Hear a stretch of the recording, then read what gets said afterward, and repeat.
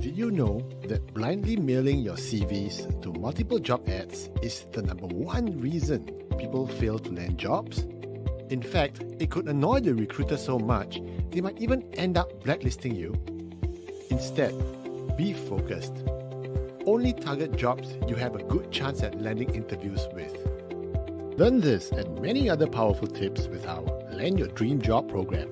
It's an online course that includes a comprehensive toolkit consisting of CV templates, resume checklists, and many other useful tools. The best part about this program is a 3-month email guide that will help keep you on track as you look for your next role. Indeed, your dream job is waiting for you. Click this link now.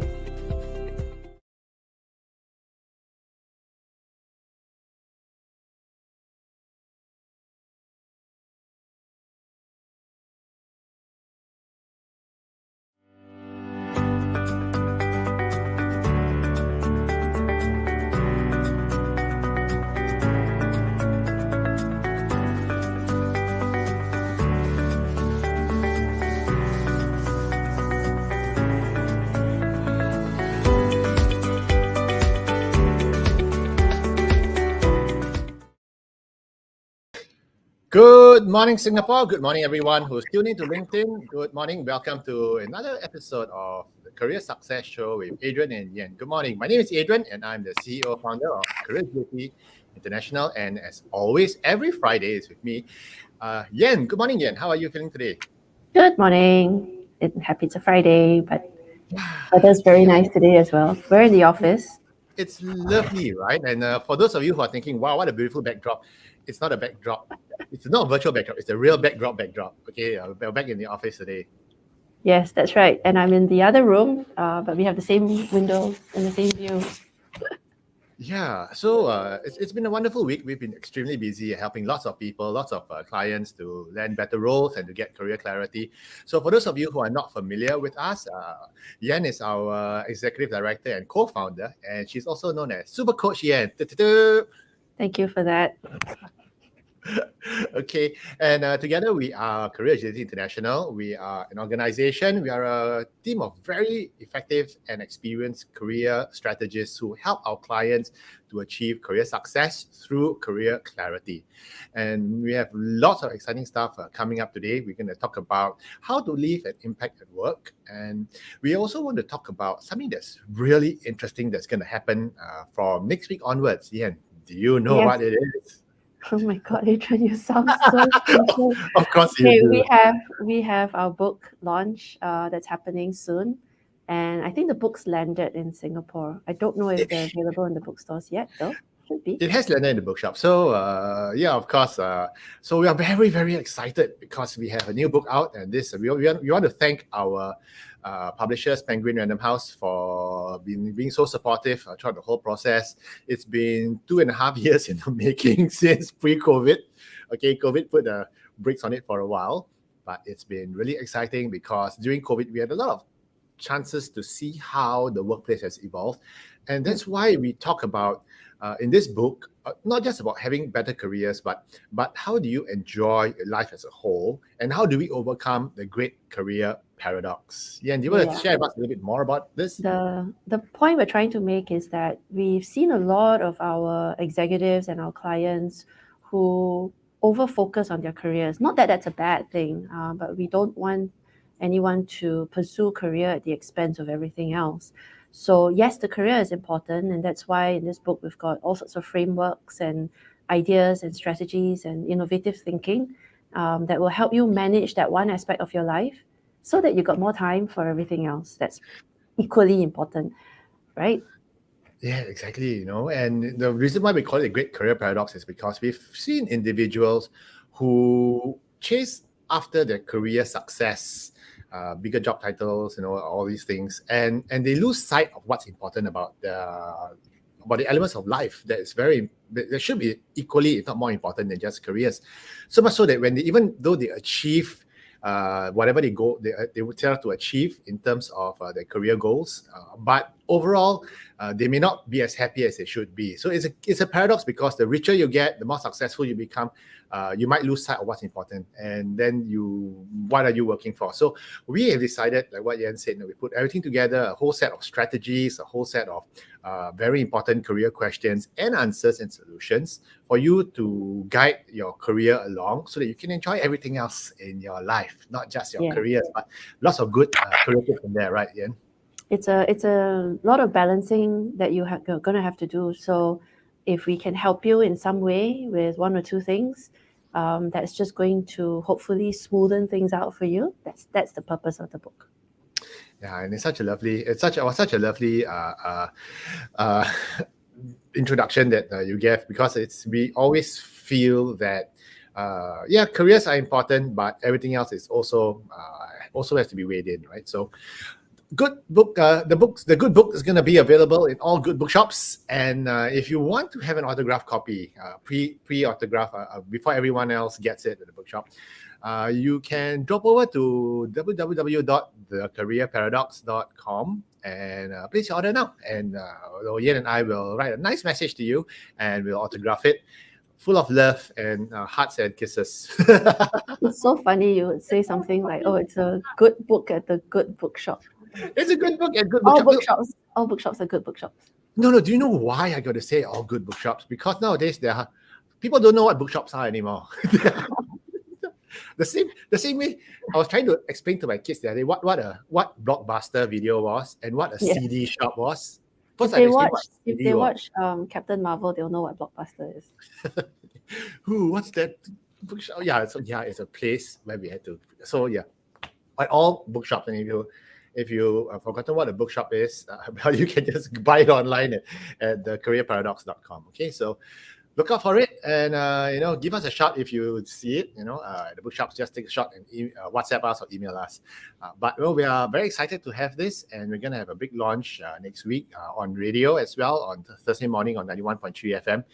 We're gonna have a launch episode on the radio, and we hope you can join us. Yep, very exciting. So let's move on to the topic for the day. And the topic for the day we're talking about living impact at work. And the thing that brought up this session, the idea for this session, was that last week on radio I was talking about quiet quitting, and a lot of us everyone's talking about quiet quitting. And do you want to refresh your memories again what quiet quitting actually is? Do I have the actual definition? Hang on. It's an attitude to working for exactly the amount that you're paid to do, and not more. Again, not wrong. I think it depends on context, but really I think it's an attitude towards the work. Not going beyond expectations is. It's like doing the barest minimum. Okay. Often it's doing the barest minimum. It's like I'm not paid to do this. Do the minimum or do just enough? Just enough. So I don't know. It's all relative, as I said. It's very relative and it's very contextual. So but basically it's just doing just attitude. enough. Yeah, it's not a good attitude to work. That's what we're trying to say. Yeah, and I tell you, it rubbed a raw nerve with me. It really rubbed me wrongly, and I got really. It didn't rub me wrongly at all. In fact, I'm going like, yeah, go for it. I mean, it depends on the type of work that you do. I mean, if you're being shortchanged, certainly, I mean, push back, right? If you're a retail worker on minimum wage, and they keep asking you to do overtime without actually compensating you for it, I think that's where the quiet quitting stemmed from. But I think it's different if you are in an executive environment, in a corporate environment, which is slightly different. So we can't just put one label on everyone. That's true. So I'm not overly like, I don't know. I mean, okay, all us being equal. I mean, if you're being treated like as though you were in a chain gang, in prison, breaking rocks with small hammers, then maybe you want to go quiet quitting. But if you're, I don't know. I'm just thinking of last thing I want to do is do tomorrow's work today, because I'm not going to get paid for it. Yeah, but if you do tomorrow's work today, tomorrow you can take the day. Never mind. Anyway, not if I'm on a chain gang. I would be rewarded with more work. And I think some of our listeners agree. Sometimes you think about it, right? When you do such a good job, how does management reward you? With more work. With more work. More work. Okay. The harsh realities of life. My young, sweet summer child, this is what you have to learn. And you, But grasshopper, have not learned enough. okay, anyway. So, what's the opposite? I was asking myself, what's the opposite of Mm, quiet quitting? And what I think the opposite of quiet quitting is leaving an impact at work. And I think for mm. many of us, it is important for us to leave an impact because if you leave, if you go to work and just do the barest minimum and go back home, I mean, what's the fun? What's the thrill? What's the joy in it? That's just my point of view because It's wherever I go, I probably like to leave an very impact. soul-sucking, isn't it? No, not if you're a positive Pollyanna like me, where everything is sunshine and butterflies. But there are episodes in my life where I really wanted to quiet quit, and I did practice quiet quitting. Doing the barest minimum. The one that comes to mind was my national service, 2.5 years. Yeah, I just do the barest minimum, but then Right? I was paid below minimum wage. But that's like 300 years ago. But the point is, wherever we go, try your best to leave an impact. Okay, without burning Mm, yourself out. And yes. the big question, Yen, is today: how do we then leave an impact where we work? In fact, how do you even measure impact? It's immeasurable. Okay, hang on. No, sometimes it's measurable, especially Mhm. if you are revenue generating. Then it's very obvious if you're not bringing in the deals, or you're not bringing in the sales, or if you have one that spectacularly large deal, that's very visible. But for I think the bulk of the work that most of us do, it's very hard to quantify, isn't it? Because it's really about whether or not you've tried to build something but someone else would take the credit for it, or whether I mean, if you're in IT, for instance, and your job is to ensure that the servers are alive and Mhm. working online, Yeah. then it's very hard to measure your impact, because you can say, yes, I kept the servers running, and then someone else is going to turn around and say, yeah, but that's your job. Yeah, and then you go on strike for one weekend, you go to Bali Right. and let the server crash and you and go, oh and some of wow. the most thankless jobs are with HR. And HR do so much, but a lot of the work is invisible, Yeah, or people don't see it, and they think, yeah, oh, HR is not doing anything. They've been wrongly accused. yeah, There are many of us who have underappreciated, jobs. There are underappreciated. many of us who have jobs that are sort of operational. It's very, very hard to measure the impact. I don't know. How would you measure impact? I would measure impact by, I mean, it doesn't need to be super drastic, like, wow, I changed the whole business model, I turned around the business. I think as long as you're leaving the place in a better condition than it was when you first started, I think Mm, that's leaving a positive impact. Okay, of course, there's also a negative impact if you go there and you mess things up. Then yeah, of course, there's negative impact, but we're talking about positive impact here. So if you're leaving the place in a better condition than you were when you first came in, I think that's also leaving an impact. It may not be a huge super impact, but an impact nonetheless. So I like to think of another way to measure is, because it's not quantifiable, then you've got to mhm, qualify it. And to qualify something is to ask for feedback, that's true. and to measure reactions, if anything. So if you have done something really nice, and your Mhm. colleagues give you feedback, go like, hey, that was very well done, I think that's impactful. I think so too, right? At least we got colleagues that That appreciate. appreciate, yeah, Yeah, yeah, yeah, rather. your contribution, yeah, because sometimes Yeah. So contributions are immeasurable. So talking about contributions, how then do we leave an impact? And one of the things I was talking on air yesterday when I was on Mm, 1.3 on the radio show is focus on commercial impact. Well, this was originally your idea, which I stole again. So what do you mean by leaving a commercial impact? so the point is to focus on the commercial aspects of your function. So regardless, right, along that entire value chain, Mhm. right at the front end, of course, you've got the customer facing roles, and then there are the middle roles, and then somewhere at the back, someone's doing the delivery, or cleaning up the contracts, or reconciling the accounts, or doing the reporting, those functions. So along that entire operation, everyone counts. And so if you can see where you fit on that continuum, and analyze the work that you do and how it helps make the organization better, that's the point. So everyone is hired to do a job for a True. purpose, and what's that purpose? Is to help the organization survive. Yeah. And thrive. Yeah, Yeah. so that's what it is. It's all about, Correct. does this report, I mean, some of us are thinking, yeah, I'm just doing the reporting. It's so boring. There's no purpose. That's not true, because if you don't do the reports, then the senior management cannot make decisions better for the next quarter. So every little bit counts. So you want to Every think little bit about counts. That's that. true. There's that In fact, story that you like to tell about the scheduler and the operating theatre. yeah, I mean, we had a client once who was basically scheduling working in a hospital, scheduling operating theaters for the doctors, and it felt like meaningful work to him. But when they sat back and they looked at it and they said that actually this looks like just filling in schedules, but actually there's a lot of optimization involved, and the net result of it is that patients get treated sooner, and Yep. it alleviates their pain and discomfort faster, rather than having to wait 1-2 weeks for the next operating theater room Yep. availability to open up. You see, so Yep. it became meaningful for them. So I like what Yen has said about focusing on commercial impact, but what is non-commercial impact? So sometimes you look at a pantry or you look at some other things that looks fun to do to sort out. You won't leave an impact there, but yeah, you can alphabetize all the 16 different brands of coffee, okay? But it's not going to have a commercial impact, and everyone's going to say, "Wow, that's amazing!" You're very free. So focus on But things that move the needle.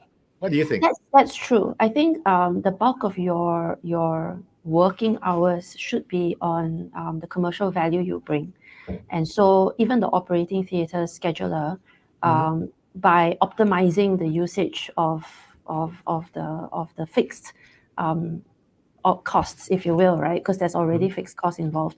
It's helping the organization become more optimal, more. It functions better, and they get more margins out of it, right? Yeah. But that example you gave about the pantry organization, I mean, there's a limit, right? I mean, we don't want a messy pantry. And if it takes you, so this is my housewife mom mentality going like, look, if it takes you 1 minute, if it takes you 1 minute, do it, just do it. So if it takes you 1 minute to rearrange some coffee brands, just do it. That's okay. Yeah, and that maybe is relevant for the later slide when it's about personal impact. I think that's true. And also when you're choosing which commercial or which projects to leave an impact with, Yes. just make sure that it's something that that aligns with what your boss wants as well. I've seen instances before where individuals try to do something and no, it's a great idea to do this, and then when they bring it up, and then the boss says, "Yeah, we're not looking at their product line anymore. What are you talking about? Why are you talking about reviving that? It's a dead product." Yeah. So make sure it aligns with what your boss wants, and focus on the value creation. I mean, you only have two hands. You only have 8 hours, 10 hours in a day when you're focused on work.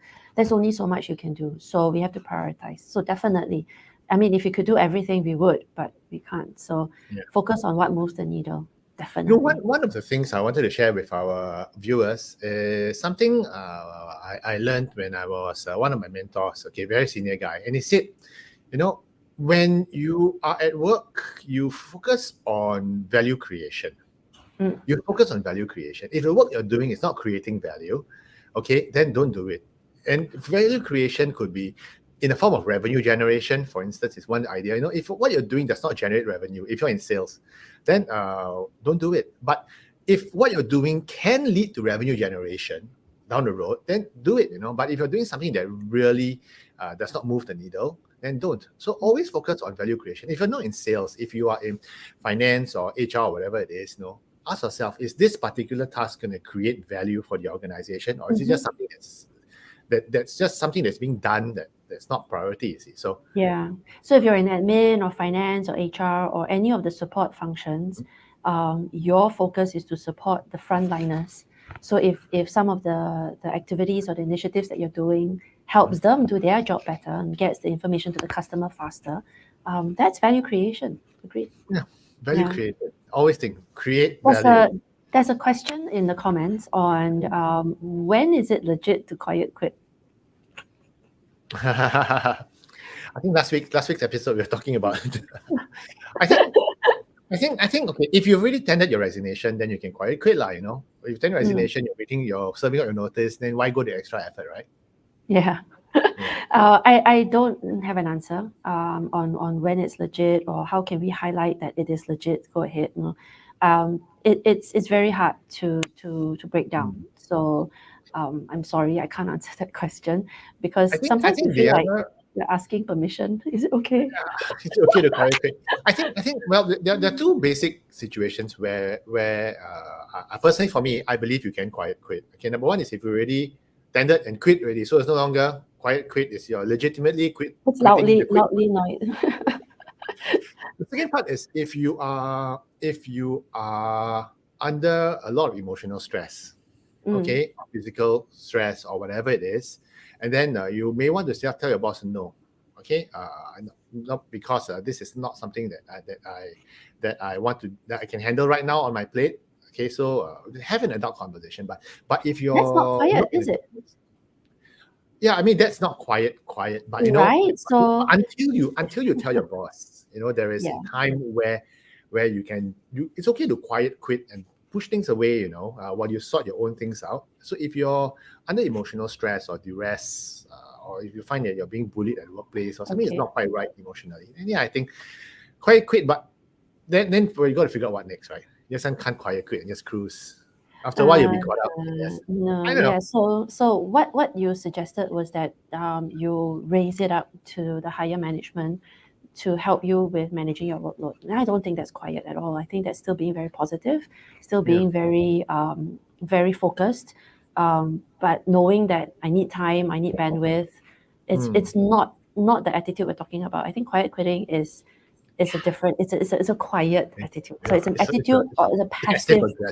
It's very passive. So and it's unhealthy. I feel because you are vibing rather than taking action about it. I agree. Absolutely. Stop vibing it. So just come talk to us. If you're in a situation like that, come talk to us. You drop us an email, info@courageability.org, and we'll be happy to have that discussion with you. Okay, just reach out to us. Now, the other thing about leaving an impact at work is you must know your limits and your strengths, your weaknesses. You need to know yourself, because the last thing you want to do is to look at the project and put your hand up and go, oh, boss, I can do this. No, I want to do this. Oh, that one also want to do. And then you stretch yourself thin and then you don't accomplish anything. That's even worse than trying to leave an impact and leaving a dent on your own reputation instead. That doesn't work. So for your point, it's all about not going beyond what you're capable of doing. I mean, being overzealous is unhealthy as well, right? Because like everything's in balance, right? Anyway, it's always about balance. But it's also about knowing your purpose and why you want to do it. So if you're doing it to achieve high level of visibility or to suck up to the important sponsors, then people can see it. I don't know. I think we need to know your reasons about what it is that you want to do and why you want to do it. So if you feel very strongly about a specific project, for instance, there must be a reason why. Because perhaps you feel very strongly about ESG, for instance, and the environment is something that's dear to your heart. That's not just about knowing your strengths and weaknesses, but that you are willing and ready to take on the extra mental. Yeah. So knowing yourself is good. Yeah, and don't overstretch yourself. Trying to leave too big an impact, don't bite off more than you can chew. So choose your battles carefully. Some projects are high profile but high risk. Then do you want to do it? And you measure your risk carefully. Your resources, get the blessings from the bosses. So there's a whole set of strategies you need to deploy. It's not as easy as, oh man, let's go do this, and then charge up the hill, and then you find out that you're alone, the only one charging up.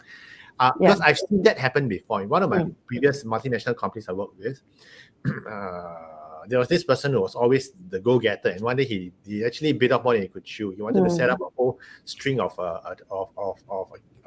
training academies throughout Asia Pacific. It was a brilliant idea to upgrade everybody, but unfortunately, it did not have the blessing of the bosses, and it just kept pushing through and through and through. In the end, it fell through. So the question here is this, though, Adrian. Yeah. What, knowing yourself and knowing that you don't want to take on too much, what if it comes to you anyway and it's thrown at you?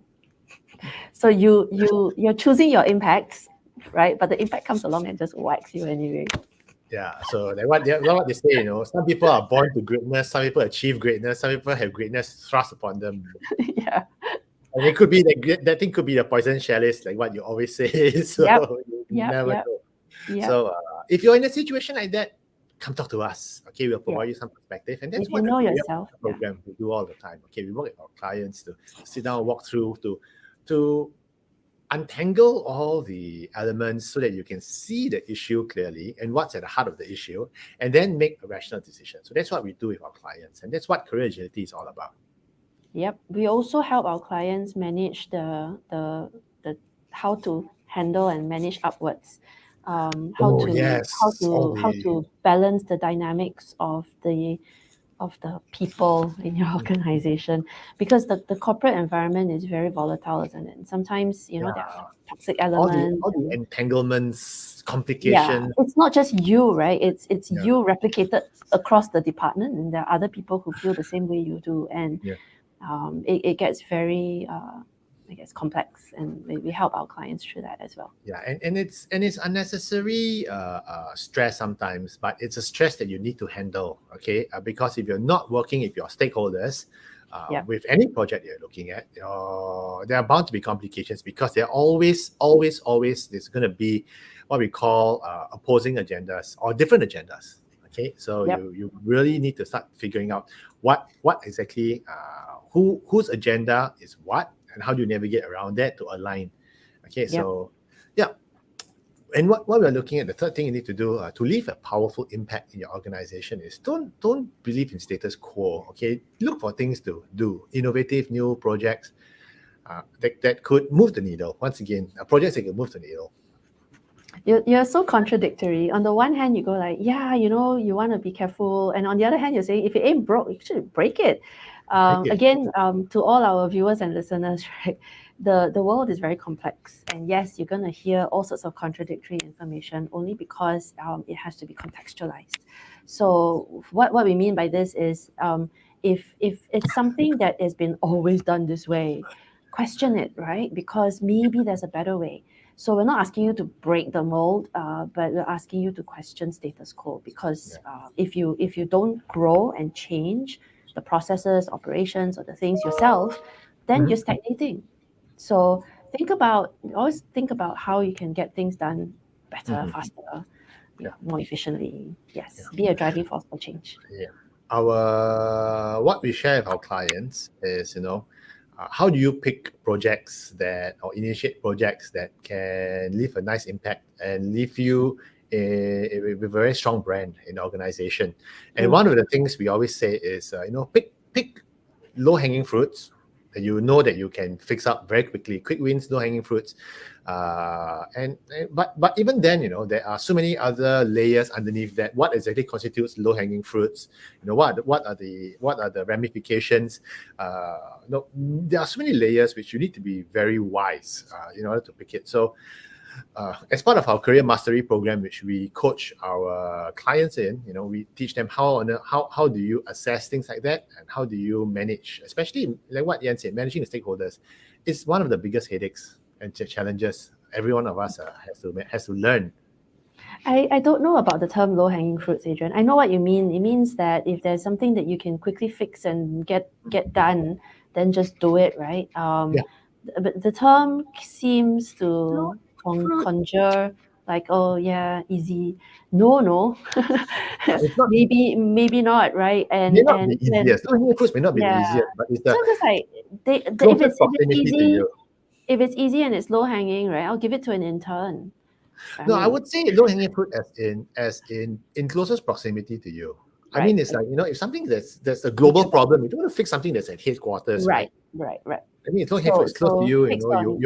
If you're the owner of the process, and you know that you can do it. Okay, that's what.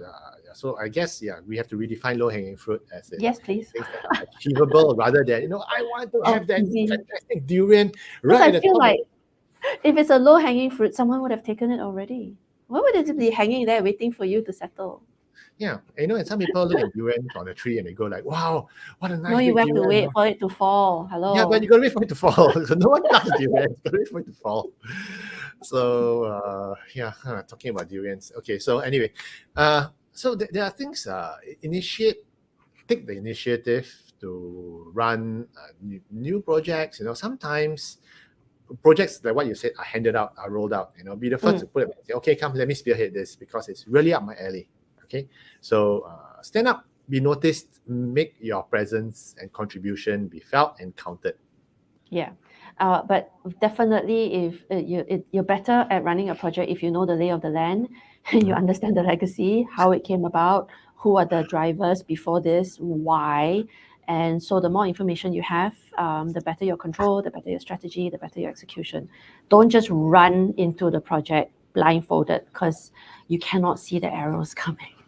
That's true. It's like I remember you were saying yesterday on radio, what if the project was the baby of some other important person, and by questioning the project or by saying, no, it's been done badly, you're just going to shoot yourself in the foot. That's a huge career limiting. The idiot who created this dumbass process. It's like, what a fool it is. It was my idea. Oops, sorry. Massively career limiting move. Sorry. Yeah. So just be wise about it, Yes. And one of the things also, we always believe is whatever you do, if you want to leave a lasting impact, okay, put in your best effort. Always. Yeah. I mean, if it's worth doing, it's worth doing well, isn't it? Yeah, it is. And so I think the assumption here is that we're always going to be doing our best, or at least the best to our ability at that point in time. Yeah. I know a lot of clients who kind of kick themselves, or they're very harsh on themselves when they look back and go like, hang on, back then you were different. Maybe you were less skilled in that particular area. So I feel like we're all here and on earth to grow and change and improve. Every iota of improvement, it accumulates over time. So always seek constant improvement, I feel. That's true. And I particularly like this slide because putting in your best effort, to me, is the antithesis of Quiet quitting. Yeah. Quiet quitting is I just do the barest minimum just to get by.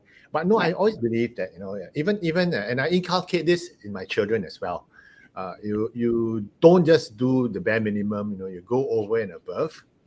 And you want to do your best because I'm sure you're better at parenting because I'm trying with the kids. Nah, like the last minute, they're like, I'll just do the bare minimum. I'll scrape by because this is not really counted anyway. I don't know how you inculcate. I just had a very stern discussion with my daughter yesterday. She's in Sec 2. She's in so she was doing science, and I was explaining circuits to her, and I was explaining stuff to her that was not in the book, and she said, "But this is not tested." It doesn't matter if it's tested. This is knowledge that costs you nothing to know, and you know it. And in the exam, if you write it down, the examiners are going to be impressed. They're going to give you more points. But don't just do the barest minimum. Don't just do. And I said, no, look, if medical students, like your daughter, okay, if they only cover what's in the textbook, oh, sorry, the skull's not covered in this exam. I'm not going to study the skull. Like, you must know everything.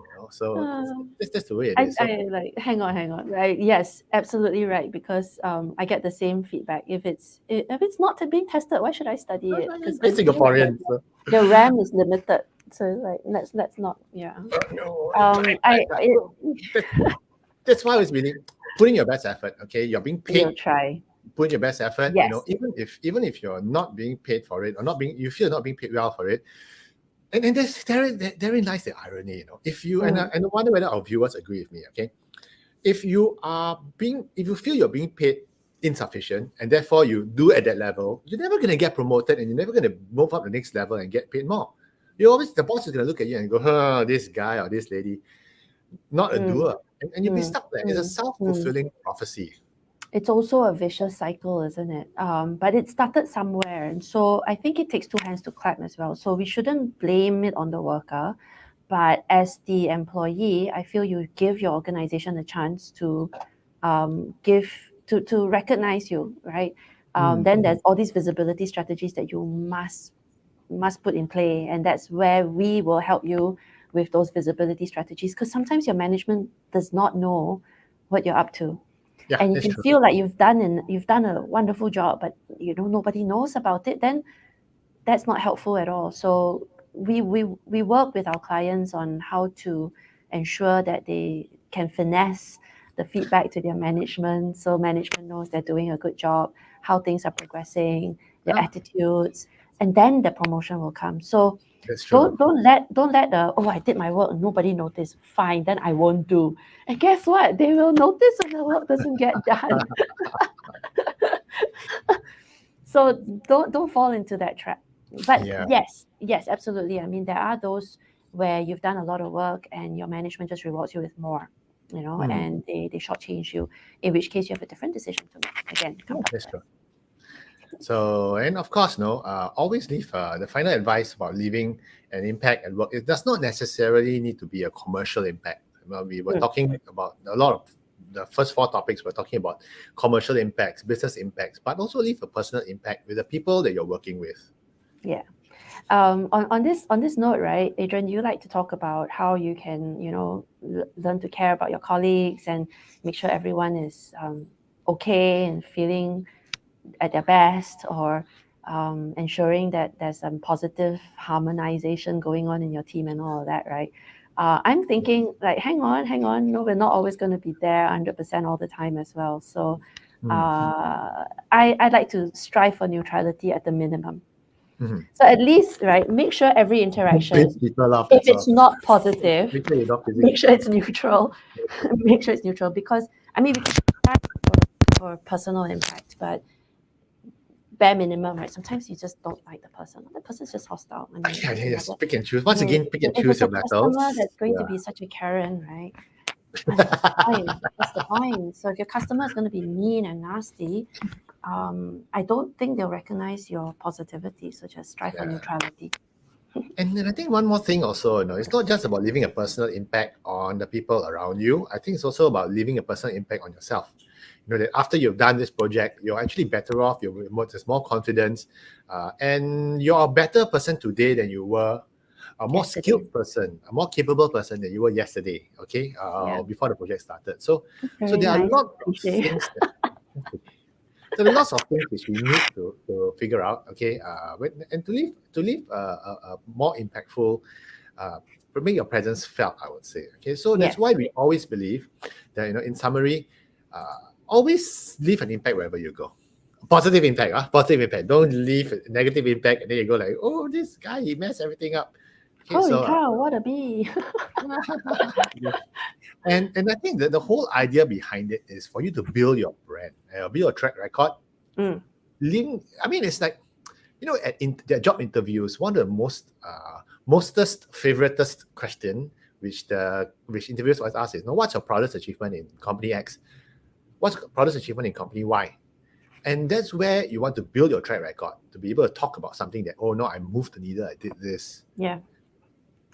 And if you left a good reputation, if you have a good impact on your team, with the people that you work with, you always have good references. I found that sometimes when I'm helping a job seeker look at next moves and all that, right? And then I ask them if you have any references, and they have this change on their facial expression, because every other role has been slightly contentious, and if it's and if they don't have anyone that they can think of, specifically those that can speak up for them in a managerial capacity, because they're always acrimonious relationships with their bosses, then it's tough. So think long term. And chances are, if you have acrimonious relationships with all your past bosses, you're gonna have an acrimonious relationship with me if I was gonna hire you, right? So it's like, so always leave positive vibe. Yes. At least strive for neutrality. Again, we can't be all this constant 100% positive. Of course. So in summary, what we implore you to do is, please don't quit unless you really have a very good reason to. And if you do have a good reason to, come talk to us, okay? But instead of quiet quitting, please try to leave an impact wherever you go. And if you find it difficult, come talk to us, because we actually have very strong, we have a career partner program. So it's not just for job seekers, but for people who are wondering what's next in your career. So if you're at a career crossroad, you're wondering what's next, you have an idea of a dream job, but you have no idea how to get there, or whether it's just going to be a dream or fantasy, come talk to us, because we're here for you. I just want to add this portion here, because we have a comment that I'd like to address. The question is it considered healthy to stay in a company for more than 10 years? The answer is not at all if you have been promoted, or there's been progress or growth in your career. But if you are in the same role for 10 years, like one job times 10 years, then you're stagnated. Okay, so that's the quick answer to this. And this is related to the slide that we're sharing now about the career partner program, on how you can look at progression, career progression, and try to grow yourself. So again, if your employer is good and promising and there's growth, so the company, the industry, 10 years is great, because it shows that you're going to have a sustainable career. So again, I don't have enough information to answer your question, but hopefully this will help you with some thinking. Yeah, that's true. So now come talk to us about regarding our career partner program. And if we all encounter career challenges, difficulties, triggers at one point or another. All the time. So it's always good to have a partner right in your corner, okay? And that's just what I always believe. And if you want to find out more about our book, okay, come visit the career. You can see over here. Okay, it's called thecareerparadox.com, and order your book today. We're gonna autograph it, and we're gonna send it out to you once it arrives. So. Thank you very much. I think it should be in this weekend. It should be in this weekend, yeah. But it's really fantastic. We're looking forward to it. It's got 2.5 years of hard work being put in, and lots of interesting concepts. And we want to thank you for your time and your patience. And we also want to thank you for being such loyal fans and viewers of this series. I mean, we've been doing this for the past 2 years already. I mean, we shifted everything on air on LinkedIn Live for the past coming to a year already. Yeah. Okay, and so again, we want to leave you with some thinking. Again, it's really about doing your best, but also to be kind to yourself. Yeah. So take the weekend to recharge. That's true. So talking about weekends to recharge, yes, the weekend is upon us, and we really want to thank you for watching, and have a great weekend ahead, everybody. Take care. Yeah, bye.